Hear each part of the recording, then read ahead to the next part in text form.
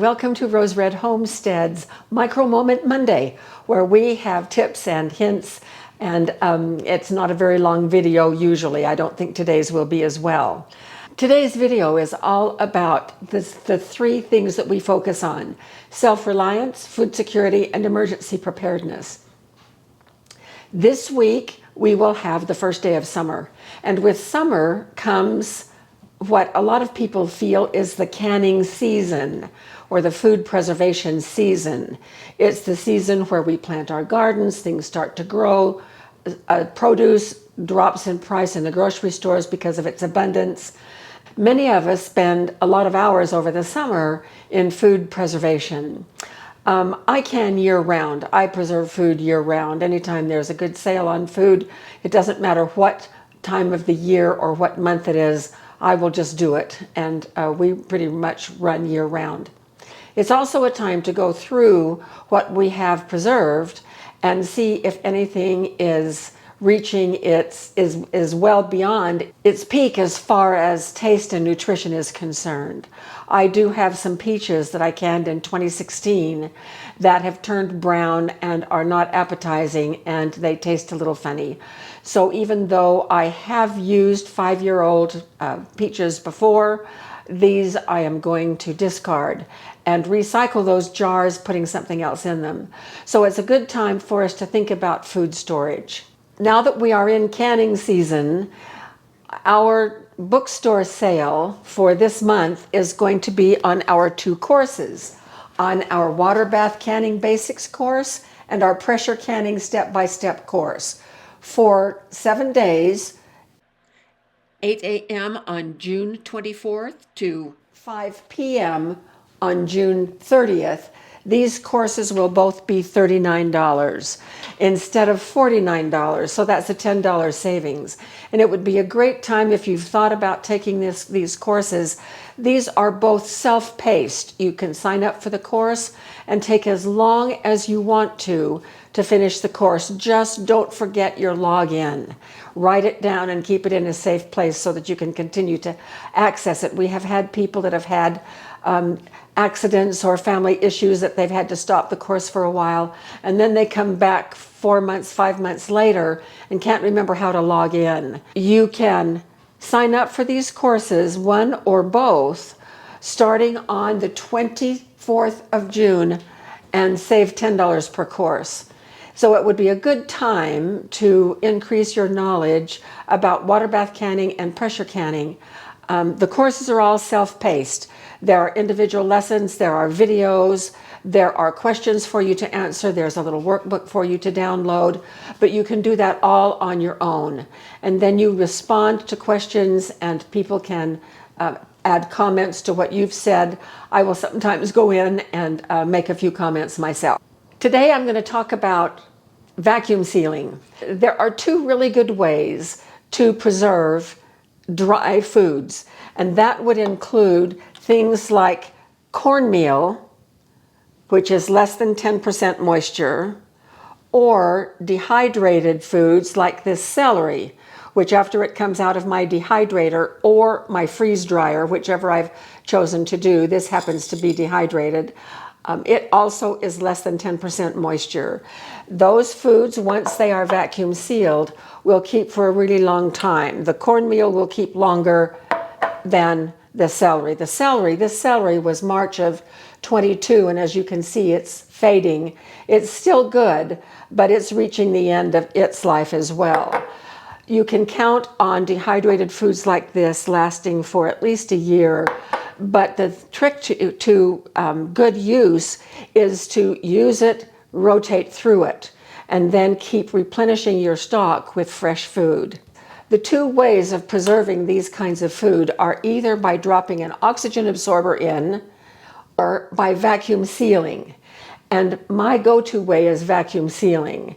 A vacuum sealer like this Weston, this one we bought new, I don't know, a year and a half or 2 years ago. Something like that. Yeah. And we wore out one and bought a better one. This is in our Amazon store if you want to just take a look at it. And it works really, really well for vacuum sealing. So I'm going to show you how I do it the traditional way, and then we got a surprise in the mail when we got back from our recent trip to the Northwest. Jim had held the mail, and when he went down to get it, he brought in 2 mystery packages from Amazon that we had not ordered, and I'll be sharing those with you in just a minute. First, I want to show you how I usually do vacuum sealing. First of all, I go over to our cabinet, bring this down from the shelf. It's not super heavy, but it's hefty. And then it has a plug because it operates on electricity. And then I had to buy a separate kit that had this hose with the connectors, and it had the attachment that fits wide mouth and one that fits regular mouth. So when I keep these things in my pantry, I do not re-vacuum seal them. I usually go through them so fast, I don't need to re-vacuum them. And so this was not vacuumed, but I'm going to vacuum it right now so that you can see what I usually do. So this goes over the top. This goes right here. Turn it on, and then select accessory, and we're ready to go. And that's all there is to it. And it is sealed up perfectly. So then I put the ring on, and yes, I leave rings on my vacuum sealed food to help hold the vacuum. When I open these, I generally take this little tool and just go like this to open it.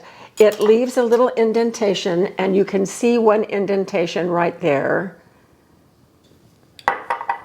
And a lot of people don't think that if it has an indentation in it, it's not going to vacuum seal very well. It does just fine. These are previously used lids. I do not use new lids for vacuum sealing because I don't have to. And so this is a good way to use ones that have already been through either water bath or pressure canning.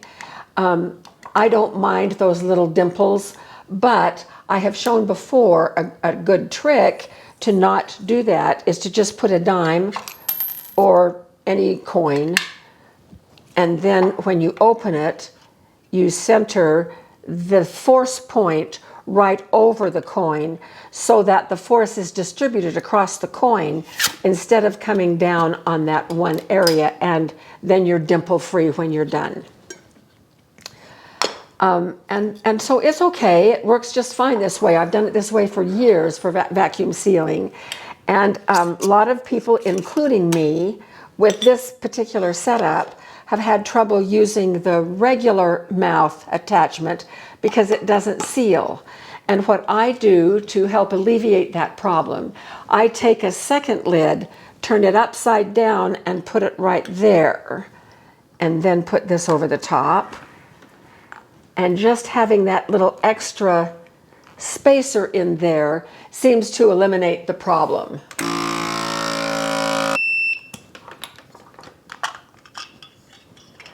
And a lot of times this is exactly what happens. The gasket on the inside comes out. This is sealed really well. The spacer works just fine, but now I have to untwist and try to remember, oh my goodness, does this gasket go in this way or this way? Well, the right answer, it goes in so that you can see the opening, not the solid edge. The solid edge goes down inside, and so one of those little flaps goes behind the rim, and then the other one shows right here. There are sometimes lots of little problems that we have to deal with when doing any kind of mechanical thing. Here is the mystery of what was in those 2 unexpected boxes. I couldn't remember ordering anything. Jim couldn't remember ordering anything, and it was addressed to me, well, to both of us. And so I opened it up, and this is what was inside one box, and this is what was inside the other box. I thought, what on earth are these things? And it came with the sweetest note. It says, You bring so much to the rest of us that I thought I would share with you. I enjoy your videos every day as I work out at the gym. If you already have these, please pay it forward. And it's from Rebecca, and she lives in Idaho. And she used to work at BYU, which is where I was also a professor for 6 years, but right before we moved down here.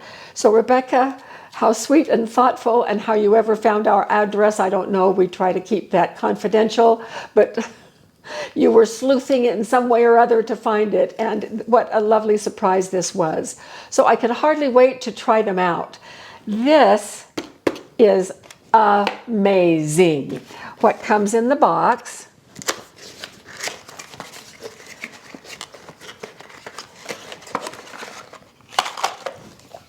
is this, just this little round thing, and then there is a little box here that has some lids in it.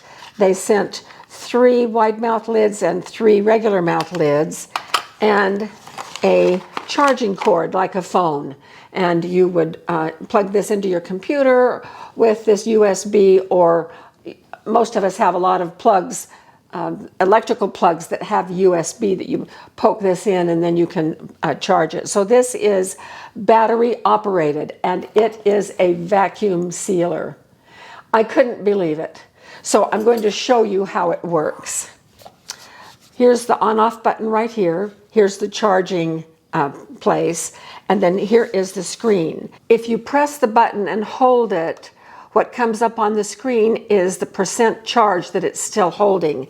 And this one is 65% charged, so we can use it. This just goes right over this lid right here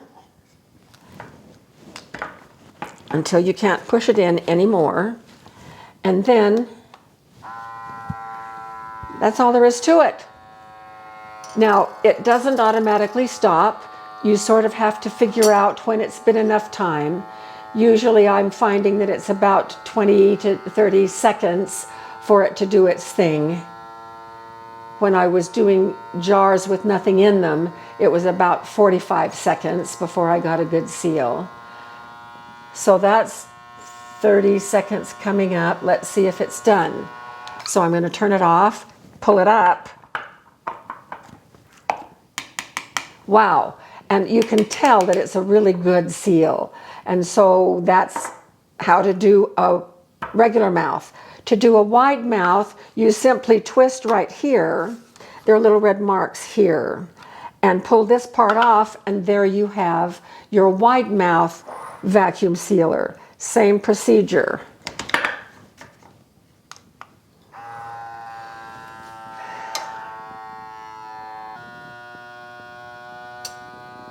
That's 30 seconds.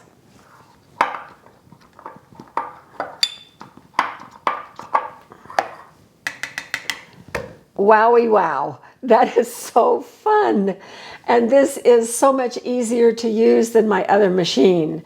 And so I'm just thrilled. Rebecca, thank you so much for your thoughtfulness. And you have helped thousands of other people who tune into our channel, and people who may not be able to have the funds to buy a regular vacuum sealer, but who could possibly afford these. I'm putting these in our Amazon store so that you can check them out. Then in this package, this is a bottle top remover, and it removes all types of bottle tops. And check this out. This is what it looks like.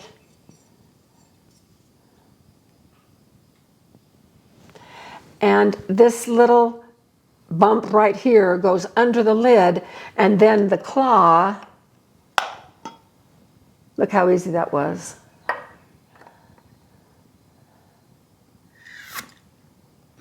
And no marks on the lid. So this is a wonderful tool and will help me very much as I start dehydrating and freeze drying more things that I store this way. Quick, easy, so much less fuss, and besides that, it's just plain a lot of fun. Those are the 2 things I wanted to remind you about.